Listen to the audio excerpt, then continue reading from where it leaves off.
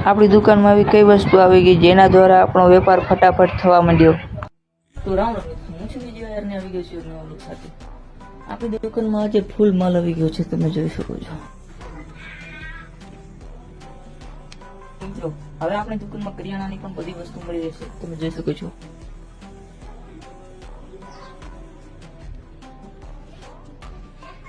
અને મિત્રો, આટલા દિવસ આપણે દુકાનનું કામ હોવાથી કાયમી બ્લોગ મૂકી શકાતો ન હતો.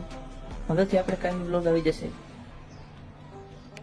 મિત્રો, આપણી દુકાનમાં એક આવી ગઈ છે નવી આઈટમ.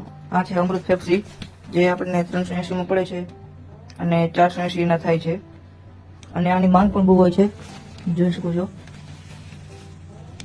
મિત્રો, આપણા ફ્રીજમાં પણ અમૃત ફેફસીનો ફૂલ સ્ટોક પડ્યો છે, તમે જોઈ શકો છો.